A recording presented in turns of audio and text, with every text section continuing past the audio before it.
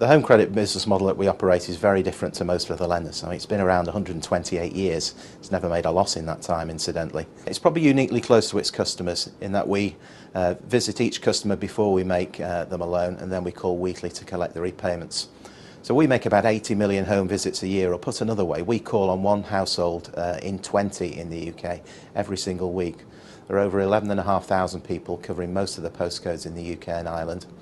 And our agents tend to live and work on the patch where the customers are. So have very good local knowledge and community knowledge of the local employment scene and so on. So they're very good at making lending decisions. The amounts we lend tend to be small, typically £300 or £400, and with a fixed weekly repayment it allows customers to stay in control and budget for the amounts that they need to pay back. Customer satisfaction rates in this business run very high, currently at around 95% satisfied or very satisfied. Our second business is Vanquis Bank. Vanquis is a credit card issuer. Again, it's very different from most credit card issuers in that it was set up from the start to serve non-standard consumers. So there are some key differences with Vanquis versus other credit card businesses, in particular lower credit lines, which allows the customers to stay in control, and a much more frequent level of contact with the customer than you might see in a prime credit card business.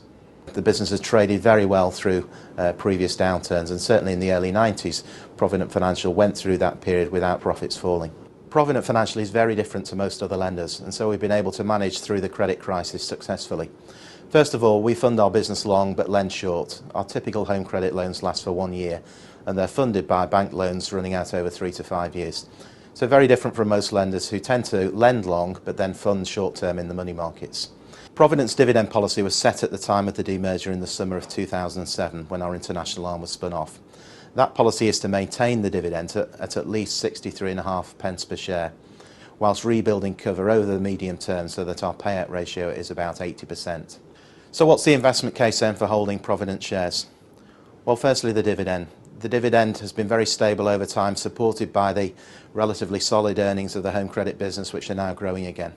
Secondly, though, Provident operates in the broader non-standard marketplace via Real Personal Finance and Vanquis, and both those businesses are capable of much faster growth.